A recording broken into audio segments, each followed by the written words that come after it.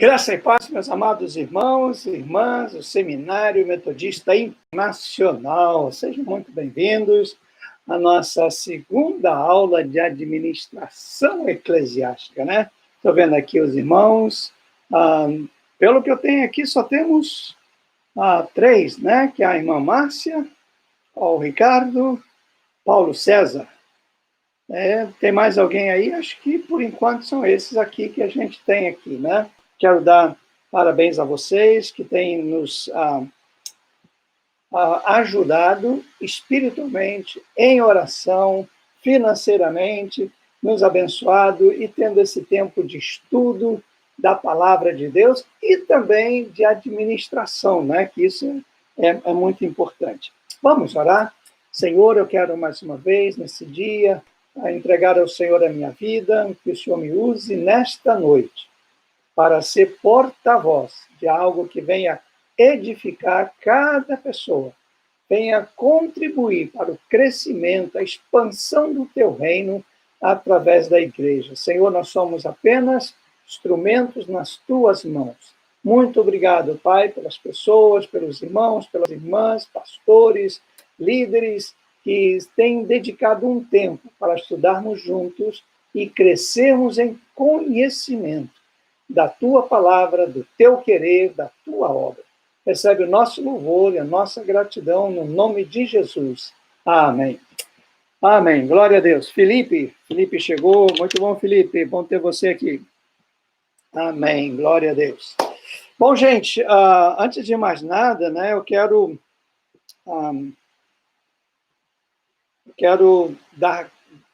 agradecer, né, a algumas pessoas que fizeram os seus exercícios. Olha, eu coloquei aqui 5 seminaristas e 2 pastores, né, que mandaram direitinho. Muito obrigado. Já mandei a resposta. Aqueles que não receberam a resposta ainda, vão receber amanhã, tá? Porque hoje foi um dia bastante corrido, mas muito obrigado. Pena que só esse grupo, né, dos pastores que não fazem parte do nosso seminário, que foram convocados para estudar conosco, apenas 2, pastor Ângelo e pastor Josias, entregaram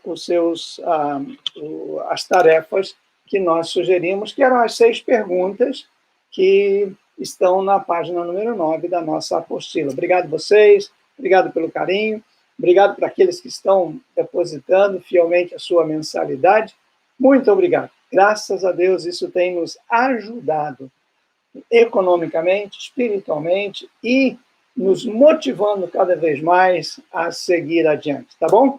Vou repetir o que eu falei na primeira aula. Por favor, escrevam. Eu estou aqui com o meu celular na mão, estou olhando aqui para ver se alguém faz alguma pergunta. Você pode... É uma aula de administração eclesiástica. Então, a gente já deu, né, na primeira aula um panorama sobre a importância dessa matéria, mas eu estou aberto e eu quero compartilhar com vocês de qualquer dúvida que você tenha. Muito bem, gente. Bom, hoje nós vamos falar que administração eclesiástica é administrar pessoas. Lembra que nós comentamos um pouquinho antes na primeira aula e hoje eu vou falar muito mais sobre as diferenças entre administração eclesiástica e administração de um modo geral, administração de empresas, administração de negócios, administrar sua casa, enfim, tá bom? Vamos lá, vamos compartilhar. Vamos inicialmente trabalhar em cima de diferenças entre administrar uma empresa e administrar pessoas. Vamos lá.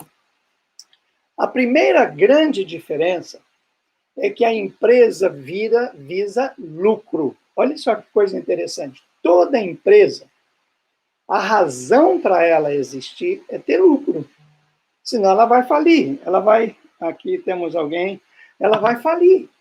Então ela tem que produzir lucro. Eu coloquei aqui, nesse caso, tudo é válido para que uma empresa alcance sua meta, que é vender e lucrar mais.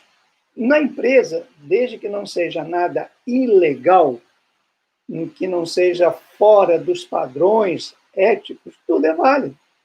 Por isso que hoje você vê que Pastor Adilson, boa noite, muito obrigado por vir. Você vê que hoje você entra numa farmácia, você não encontra só remédio. Tem lá uma série de outras coisas que a farmácia vende. Você vai num supermercado, não tem só comida. Antigamente você entrava no armazém, era só comida. Hoje não. Só notar aqui a presença, pastora Adilson. Entende?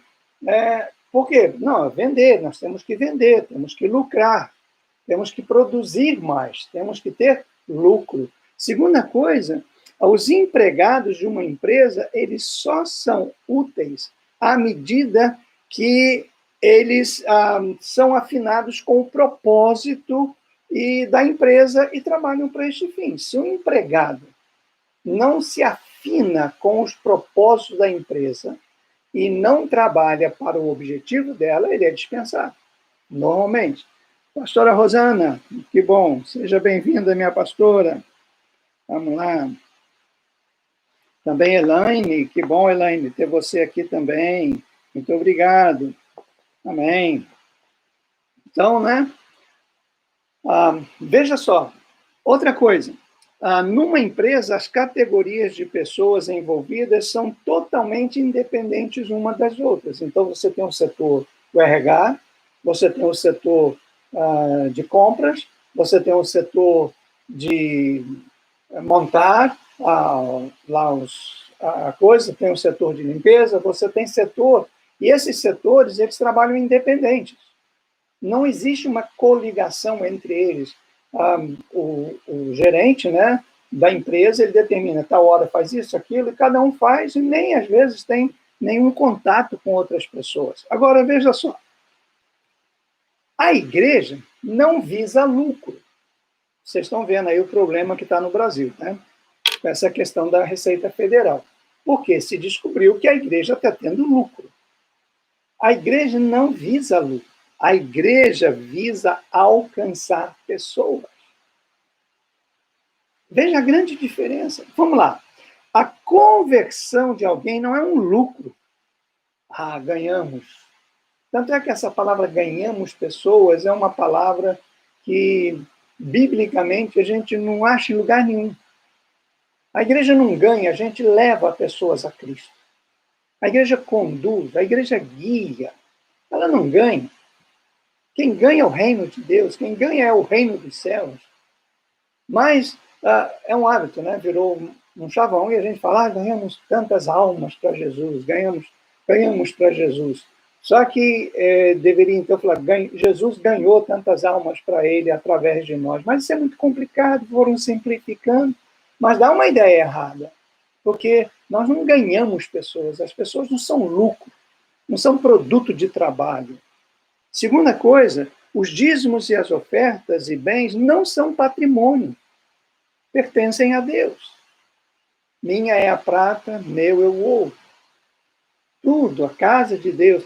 Tanto é que até alguns anos atrás, nenhum país cobrava imposto predial de templos, de igrejas, de orfanato, porque não pertencia, era alguma coisa fora do comum de uma empresa. E terceiro, a exclusão de membros não é um débito. A exclusão de membros, não. Né? Ganhamos tanto, perdemos tanto, saldo de tanto. A exclusão de membros da igreja, muitas vezes, é uma perda para o reino de Deus. Então, é uma grande diferença. Pastora Ruth, seja muito bem-vinda, minha querida. É uma grande diferença entre uma igreja e uma empresa. Administrar pessoas e administrar uma empresa. A igreja também visa alcançar pessoas plantando novas igrejas. Isso não é ampliando a empresa. Tem algumas denominações que as chamadas congregações, pontos de pregação, outras igrejas, são extensão, são como agências minhas. Tudo tem que vir para cá, eu sou o centro, comigo, eu aqui manejo, são como agências que estão se abrindo em outros lugares, mas comigo. A igreja não é assim. A igreja não funciona desse jeito. Cada igreja plantada é independente, crescerá, terá seus líderes, terá... totalmente, não é um, como eu vou falar hoje, né? Não é algo assim empresarial, de expansão, é algo de Deus. Outra coisa, igreja local não é franquia, e nenhuma organização é um organismo, sabe? Porque a organização é Metodista Internacional, é uma organização fria, ela deixaria de existir se não tivesse igreja local. Porque a igreja local faz o seu trabalho. Quando nós começamos a nossa igreja, eu tentei de toda forma colocar isso, mas eu não fui muito bem claro, e acabou que essa ideia de franquia, de que eu vou abrir uma igreja minha, ligada a mim, que presta conta a mim, que não sei o quê, que é muito similar a uma empresa. Porém, com a igreja, isso não funciona. Pastor Adilson está falando devido à visão errada de ver a igreja como empresa. É verdade, é verdade. Será que por isso há essa concorrência entre as igrejas? Perfeito, claro. Uma empresa concorre com outra empresa. E veja em Petrópolis. Foi bom você mencionar que Petrópolis, para mim, é uma cidade atípica. Hoje nós devemos ter só na Rua do Imperador umas 100 farmácias, com nomes diferentes. Não sabe o que eu descobri? Que a maioria das farmácias tem o mesmo dono. Ou seja, ele concorre com ele mesmo. Ele abre uma outra farmácia, põe outro nome, e você pensa que é outra farmácia, mas é a mesma pessoa. Ele até muda os preços para haver concorrência. E sapataria? Petrópolis já teve muito mais sapataria do que tem hoje. Mas a sapataria em Petrópolis, quando eu soube disso, estava na mão de 3 pessoas. E tinha aquela infinidade de sapatarias. Nomes diferentes, mas fazendo concorrência. Hoje, vocês sabem que isso, dentro da lei fiscal, isso não é alguma coisa viável nem permitida. Né? A pastora Deise está querendo entrar na aula, mas se alguém puder mandar uma mensagem para ela, como entra aí, falar para ela entrar, escrever para ela, não tem tempo agora, tá? Então, veja, essa concorrência, pastor Adilson, é exatamente isso, é eu defendendo a minha empresa, que tem que ter mais lucro que a sua empresa. Então, por isso que acontece, né? Demais isso aí. Vamos lá. Em outras palavras, o que eu quero dizer, os membros não são funcionários, olha só, e nem empregados. E tem muito pastor que considera os membros seus empregados ou funcionários da igreja. Cobram deles como se eles tivessem que bater cartão. Segunda coisa, os convertidos não são lucros. Ganhamos hoje 10, glória a Deus, posso dormir em paz. Terceiro, os líderes não são diretores. Eles não são pessoas acima dos outros para dirigir. O pastor não é o CEO, o chefão, e a denominação não é nenhuma acionista. Quando eu vou plantar a igreja, é interessante que quando um pastor quer vir para a nossa igreja, ele pergunta, a primeira pergunta que a maioria faz é quanto que nós vamos investir nele. Ou seja, eu sou uma empresa que vou investir numa agência e para que essa agência se torne parte da Metodista Internacional e então a igreja seria uma acionista daquela igreja. É terrível isso. Por isso que é difícil o crescimento da igreja, né? Outra coisa, e como um organismo vivo, olha só isso aqui, não pode haver acepção de pessoas. E tem aqui alguns versículos, né, que eu coloquei no texto anterior, tem aí na apostila de vocês. Na igreja, a gente não pode discriminar ninguém, nem pela cor, nem pela condição social, nem pelo sexo, nem por estado civil. Não, esse aqui não pode, porque ele é solteiro, ou esse aqui é casado, ou esse aqui é velho, ou esse aqui é inexperiente.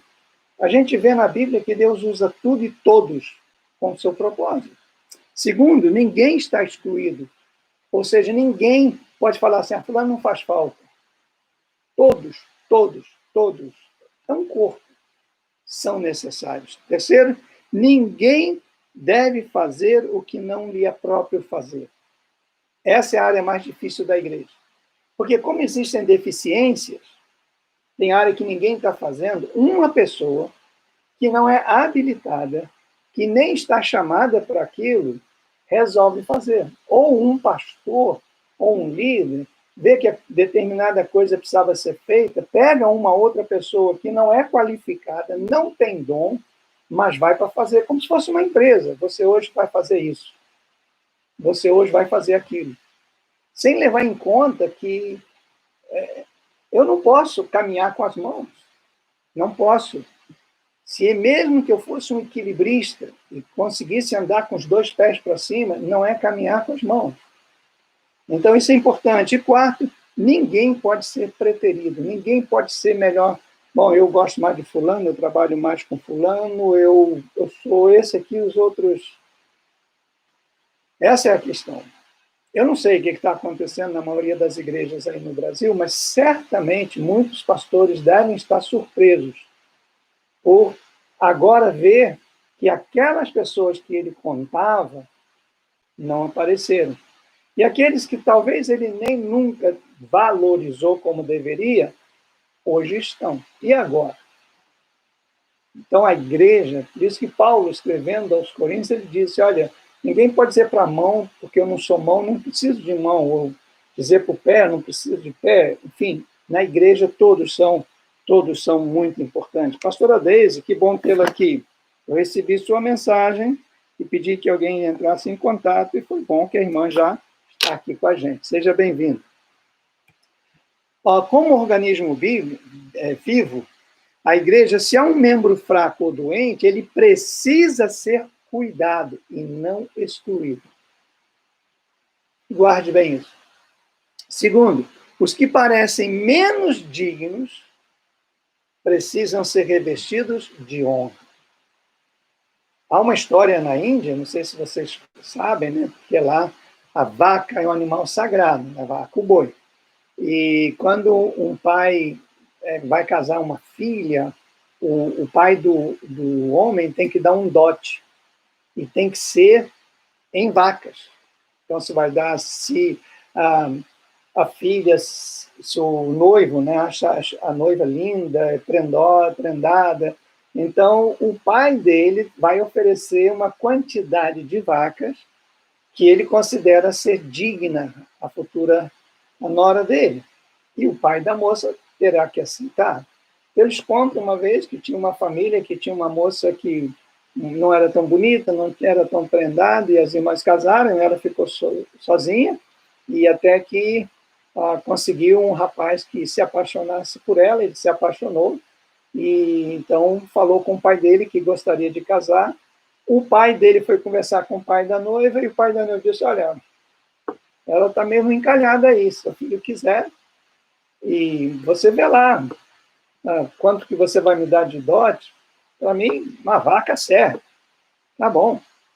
Então, falou com o jovem, o pai do rapaz, falou, olha, ele falou que uma vaca resolve. Eu falei, não, já disse, eu quero que você dê 10 vacas pela minha noiva. E o pai disse, mas que é isso? Eu falei, não, eu quero que você dê 10 vacas. Ele foi falar com o pai da noiva, ele ficou surpreso, disse, mas as outras, o máximo que eu ganhei foram 3 vacas, e essa aqui não tem isso, não tem aquilo. Mas se você quer dar, eu aceito. E quando o pai da noiva perguntou para o jovem, meu filho, por que você deu? Ele falou algo muito sério. Ela vale muito mais do que 10 vacas. Para mim, ela tem um valor inestimável. A gente avalia as pessoas não pelo que elas valem, mas o que elas valem para mim. Isso é muito sério na igreja. Jesus nos avaliou com as pessoas mais preciosas, ao ponto dele derramar o seu sangue por nós. E é hora da gente pensar se é desta forma que a gente avalia as pessoas, né? Ok, pastor Adilson, o pior é que devido a esta concorrência não se implanta o reino de Deus, e sim um império pessoal verdadeiro. Creio que por isso há uma concorrência entre igrejas. Perfeito, é exatamente isso. Hoje é igreja do fulano, a igreja do ciclano, hoje são impérios. E, às vezes, o teu ajudante tem que ser igualzinho a você. Uma cópia. Isso não é reino de Deus. Isso é reino dos homens. Isso não é igreja. Isso é uma empresa. Não é? Outra coisa, é preciso cuidar uns dos outros com os mesmos cuidados. É preciso haver identificação uns com os outros. Agora, na pandemia, Satanás está aproveitando para nos cutucar nessa área. O que já era ruim, agora ficou pior.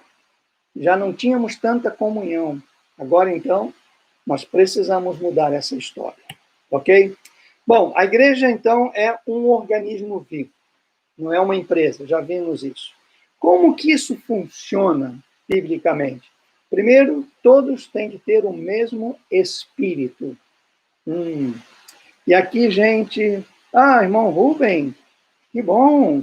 Vou colocar seu nome aqui, irmão Rubem. Recebi sua mensagem. Que bom, muito bom. Veja só, o mesmo Espírito, note que eu coloquei no singular, não é Espírito Santo. O mesmo Espírito, o mesmo sentimento, a mesma visão, a mesma paixão, o mesmo ideal, a mesma meta. Isso chama-se unanimidade e não unidade. A unidade é você colocar tudo junto. Deus quer que a gente seja unânimes. A Bíblia diz que quando eles estavam unânimes em oração, desceu sobre eles o Espírito Santo. Não foi o contrário. Não foi o Espírito Santo que trouxe unanimidade. Foi a unanimidade que trouxe o Espírito Santo. Isso vem desde o Antigo Testamento.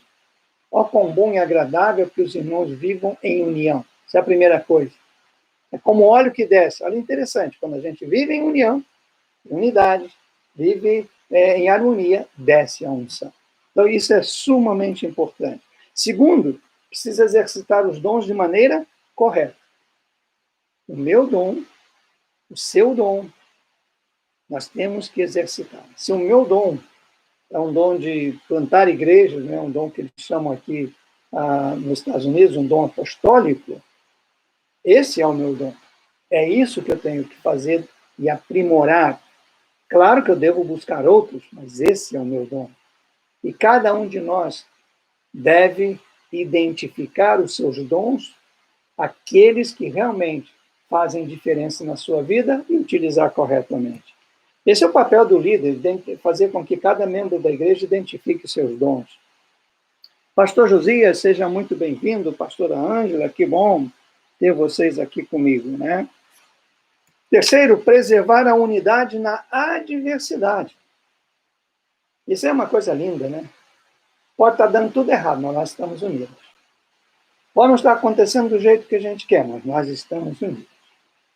Isso me preocupa particularmente na nossa igreja entre os pastores. Eu sinto falta dessa unidade na adversidade. Muito, muito, muito. Estou orando a Deus para Ele me dê graça para a gente mudar essa história. Quarto, a prática do verdadeiro amor, que é a motivação para tudo que a igreja faz.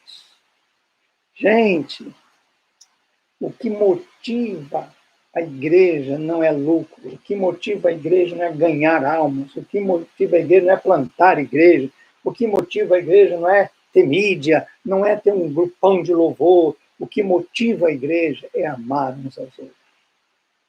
É isso que motiva a igreja. É isso que faz a diferença. Quando alguém entra numa das nossas igrejas e sente este amor uns pelos outros, o carinho, o afeto, o respeito, a solidariedade, carregando as cargas uns dos outros, suprindo as necessidades uns dos outros, amando uns aos outros, perdoando uns aos outros, isso faz toda a diferença. Pastora Roberta, que bom, seja bem-vinda, minha pastora. Entende? Não é outra coisa.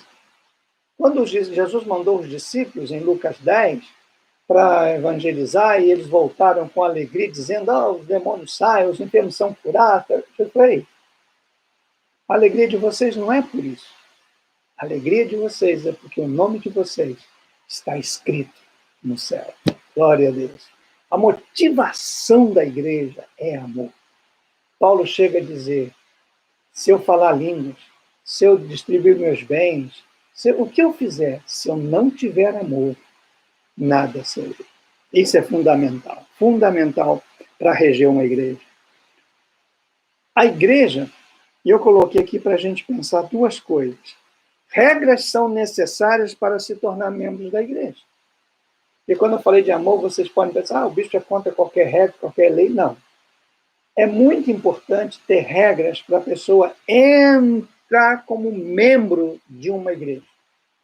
Porque é fundamental, você tem que saber o que você está fazendo, que compromissos você está assumindo, apesar de que hoje em dia as pessoas leem o pacto de membros, faz tudo e grande parte do povo não cumpre o que prometeu, mas tem uma regra. E segundo, a igreja são pessoas, portanto, elas precisam estar envolvidas em tudo e sabedoras de tudo. O que mais eu escuto é, eu não sei de nada, não sei de nada, eu chego lá, mudou tudo, não sei de nada, ninguém faz nada, e a pouco só vem a conta. É interessante que um dos nossos irmãos de Brasília, de uma determinada igreja muito grande, por sinal, ele é uma pessoa, é um empresário muito rico, e o pastor comprou um sistema de som, e ele não foi à igreja no domingo, na segunda-feira o pastor mandou entregar ele o carnê de pagamento em 5 vezes. E quando o irmão ligou, o que é isso, pastor? Não, o Espírito me dirigiu a comprar isso para o irmão pagar. Entende como as coisas, às vezes, caminham? Mas eu não sei de nada. E não é assim. Eu não faço por compromisso para o outro. Tem que envolver as pessoas na igreja, né? Sexto, administrar pessoas é o mesmo que pastorear. Que legal. Administrar pessoas é a mesma coisa que pastorear. E o que é pastorear? Vamos lá. Eu sei que vocês já sabem, mas algumas coisas que eu só para relembrar. Primeiro, pastorear é gastar tempo com a ovelha. Comecei a fazer um curso essa semana chamado Comunicação Não Violenta. Gente, sensacional. Sensacional. A minha esposa foi quem me trouxe isso. Muito bom. Gastar tempo. O que as pessoas mais precisam hoje é de um pastor que as ouça, que sente com elas, que olhe nos olhos e abra ouvidos para ouvir. Isso é pastorear. E quem faz isso sabe que você não precisa nem dizer nada. Você escuta uns 10, 15, 20, meia hora, depois ora, a pessoa fala, muito obrigado, muito obrigado, muito obrigado. Agora tem pastor, sim, o que é? Vamos orar, eu já sei, irmão, faz isso, ó, irmão, tá resolvido, eu estou muito ocupado, eu tenho que dar sair, tem alguém me esperando. Segunda coisa, pastorear é conhecer pessoalmente a ovelha. Deus me deu uma palavra em João 10, quando todo mundo fala do bom pastor, Deus me falou que eu tenho que falar sobre a boa ovelha naquele texto. Porque para ter um bom pastor, eu tenho que ter uma boa ovelha. E se eu sou um bom pastor, eu vou gerar uma boa ovelha. E conhecer, a Bíblia diz lá, o bom pastor conhece as ovelhas pelo seu nome. Ou seja, com intimidade. Terceiro, ser conhecido pela ovelha. Olha para você e ela já sabe. Pastor, eu sei que você está passando. Pastor, eu vou te ajudar. Isso é gratificante demais. Quarto, orientar as ovelhas nas decisões que ela tem que tomar, mas não decidir por ela. Essa semana eu conversei com uma pessoa que disse, meu pastor falou isso. Eu falei, mas ele decidiu por você? Sim, a decisão foi dele. Eu fiquei pensando, ele devia estar na nossa aula de hoje para aprender. 5, estar presente nos momentos especiais. Gente, administrar pessoas é nascer um neném, tu tem que estar lá. Casou, você tem que estar lá. Morreu alguém, você tem que estar lá. Mas não é chegar para fazer o velório, não. É estar lá. É estar com a pessoa. É estar no hospital. Depois que passa, não adianta muito, não. Aliás, estou sendo bem, assim, né? Não adianta muito. Na verdade, Adri, não adianta mais nada. Depois que aconteceu, aí vem, mas eu não sabia, ninguém me falou. Ninguém tem que te falar. Você é o administrador, você é que tem que falar. Você tem que estar conectado 24 horas. Nós não somos pessoas para serem avisadas, nós somos pessoas que administram pessoas. Por isso a gente tem que saber de tudo, se inteirar de tudo. Isso é sumamente importante. Esse sexto aqui é o mais complicado hoje. Pastor Pedro, seja bem-vindo. É o mais complicado hoje, sabe por quê? É dar liberdade das pessoas abrirem o coração para revelar seus pecados, seus erros, suas limitações, suas decepções. Gente, olha, como é difícil uma ovelha abrir o coração para um pastor. Por 3 razões. Primeiro, porque ela não tem liberdade. Ou seja, o pastor ou a pastora não caminha junto com ela. Então, ela não sabe qual vai ser a reação.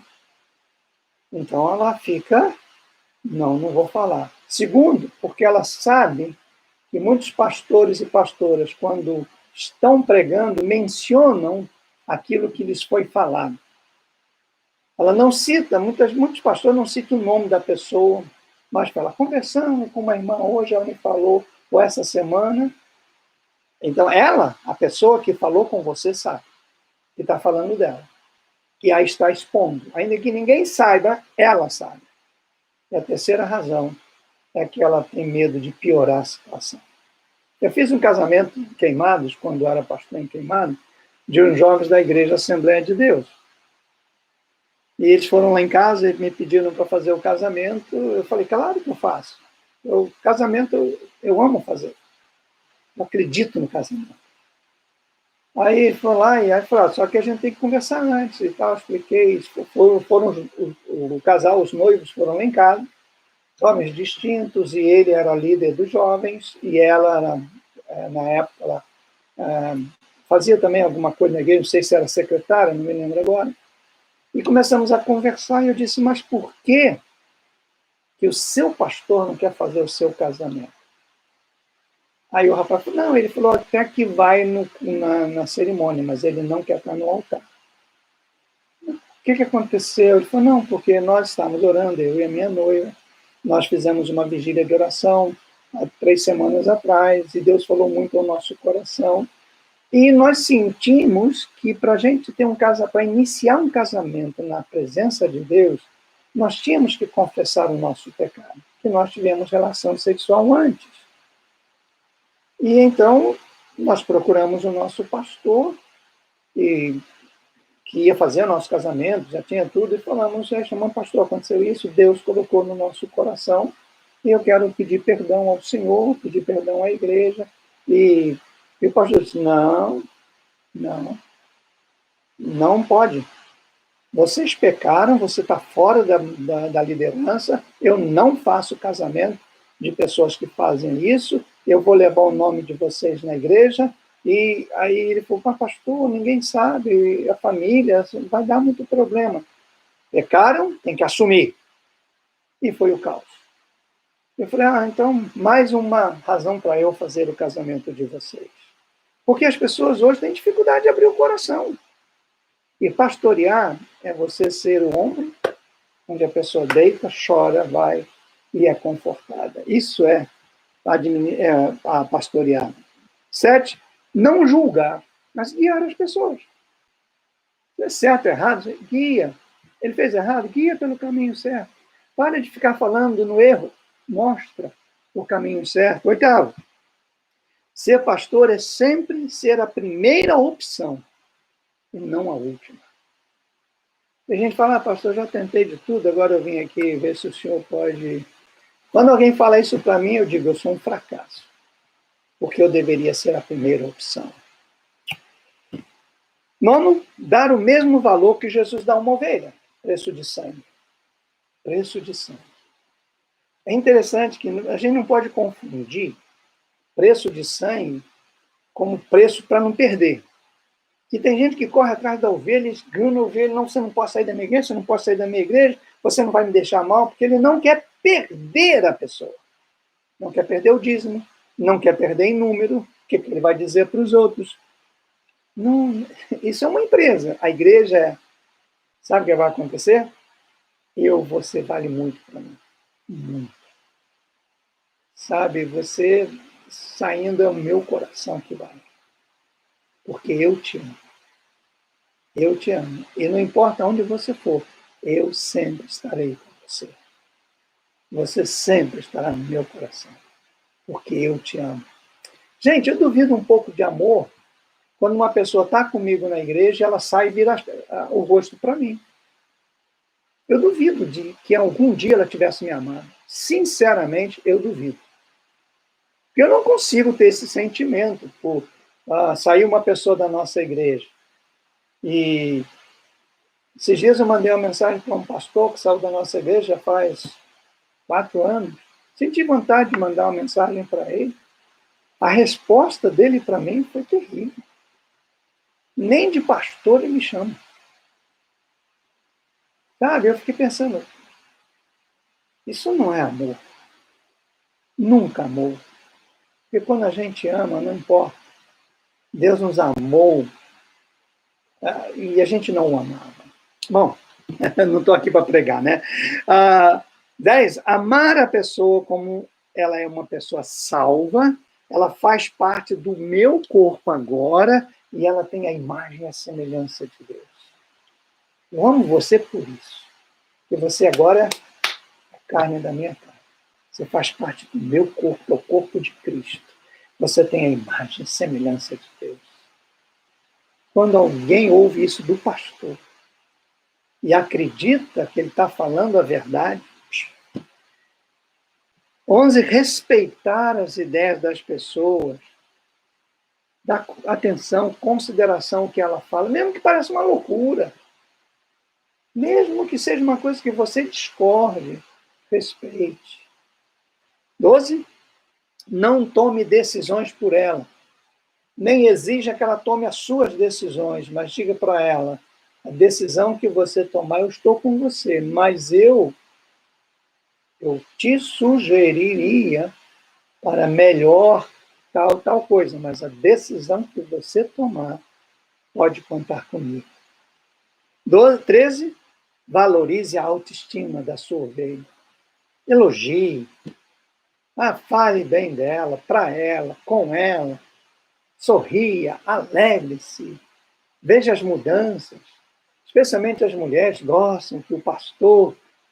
Lucas, que bom que você chegou, Lucas. Estava sentindo falta. As mulheres gostam de ser apreciadas. Pastor, que lindo cabelo, minha irmã, mudou o corte. Está elegante. Meu irmão, hoje você está de terno. Pô, ficou legal para você, cara. Tu está um esporte fino, sabe? Coisas para levantar a autoestima. Hoje estou vendo você está muito alegre. Poxa, que legal. Poxa, levantar a autoestima das pessoas. Porque tem pastor que não vê nada. A pessoa fala, para ele não vê nada. E ele está administrando uma empresa que não dá satisfação aos empregados, que não fala com os clientes, que faz o que quer, vai no seu gabinete, ele faz o que ele quer, ele dá o valor, ele vende, ele compra. Isso não é igreja. A igreja não é isso aí. Bom, vamos ao capítulo 2. Temos tempo? Temos. Aqui é uma coisa muito simples, nós temos bem mais detalhadas. Vocês não têm nenhuma pergunta, né, gente? Que legal. Estou parecendo pregador em vez de professor. Vamos lá. Esse aqui eu vou dar uma dica para vocês, porque nós estamos ainda, que nós tenhamos mais de 10 anos como igreja, vamos completar 14 anos de igreja, muitos pastores e pastoras ainda não tiveram assim uma perspectiva da importância de certas reuniões que o pastor, a pastora tem que administrar dentro da igreja. Miriam, que bom que você chegou, Miriam. Uau. Vamos ter você aqui. Bom, vamos lá. Primeira coisa que você tem que saber, pastor, pastora, você é um administrador da igreja, todas as reuniões da igreja são importantes. Não existe uma reunião mais importante que a outra. Os pastores que valorizam mais o culto de domingo do que os outros cultos esvaziam as outras reuniões.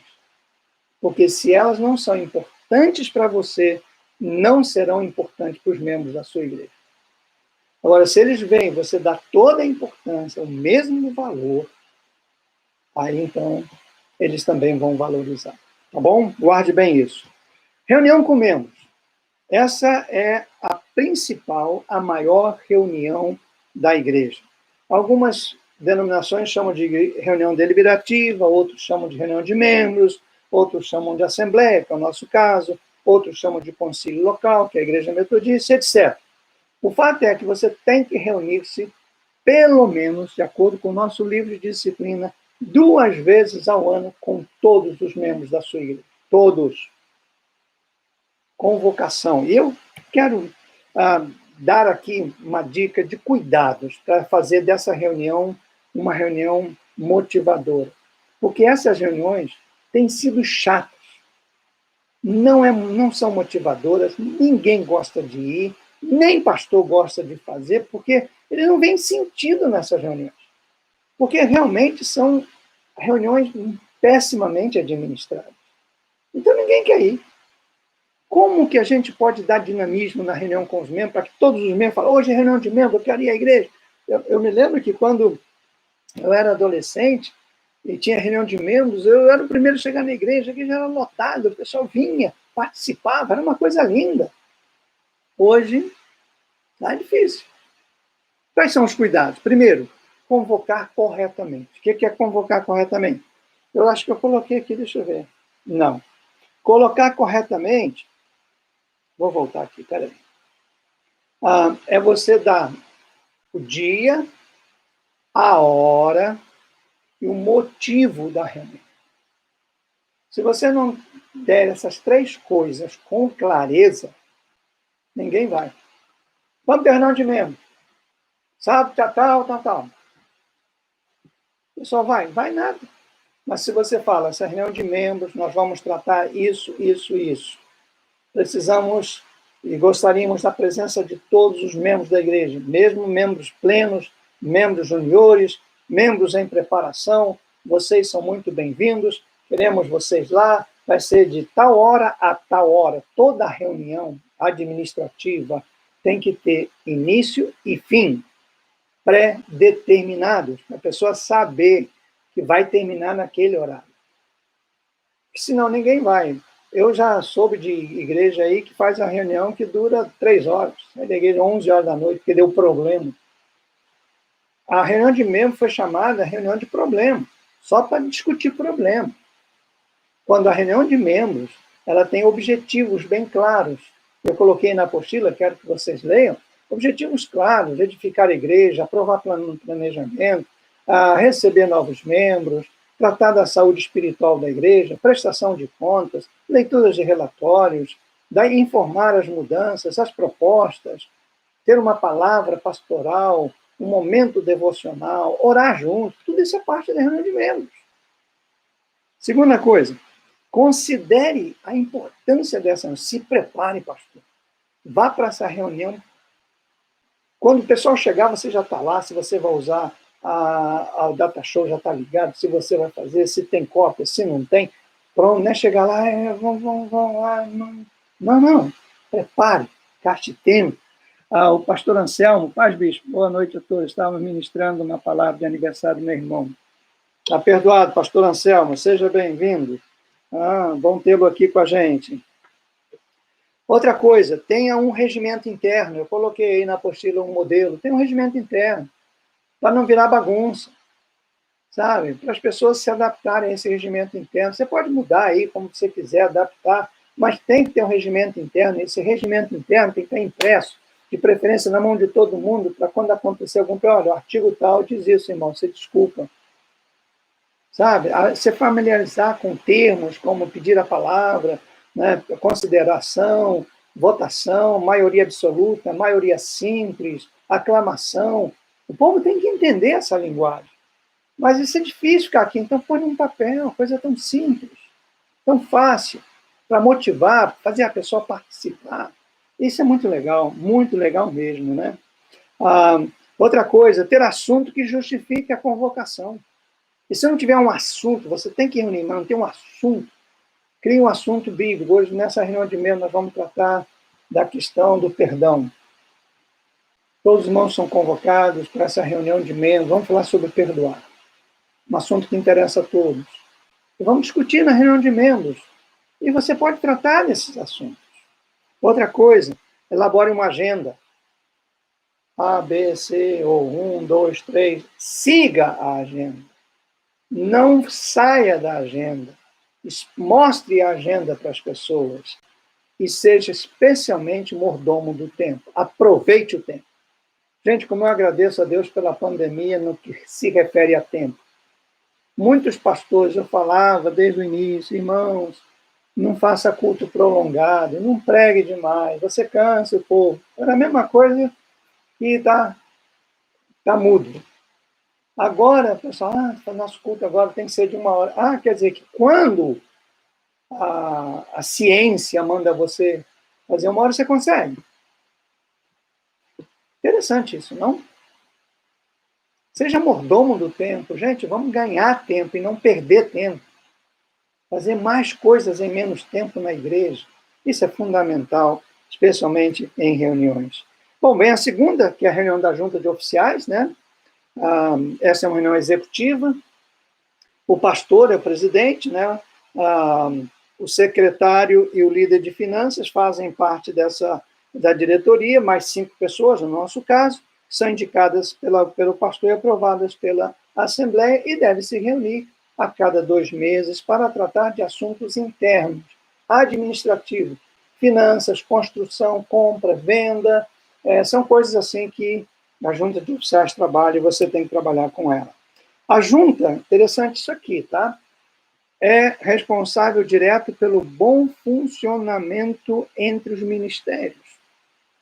A junta tem que criar um espaço onde os ministérios trabalhem harmonicamente. A junta aprova relatórios financeiros. Então, o líder de finanças tem que prestar relatórios mensalmente para a junta e bimensalmente esses relatórios são aprovados. A reunião tem também uma agenda e essa reunião, a junta não pode se reunir sem a presença do pastor ou se ele encarregar alguém e justificar a sua ausência. Sim, Tiago? Ok. Ok, tá bom. O Tiago está falando aí, não pôde chegar antes, mas ele vai assistir a sua aula na íntegra. Que bom, que bom. 7º, a junta não se reúne sem a presença do presidente. E 8, o gabinete pastoral informa a junta as decisões de disciplina dos membros da igreja. Como eu falei na outra aula, não é a junta de oficiais que decide questões de disciplina de membros, é o gabinete pastoral que informa a junta as decisões do gabinete pastoral. Tá bom? Aí a reunião de gabinete pastoral, né, que é a reunião com, alguns chamam de presbitério, etc., que é composto dos pastores, no caso da nossa igreja, pastor principal, pastor presidente, com os demais pastores, o delegado da igreja e, se ele quiser, convidar os candidatos ministeriais. Tá?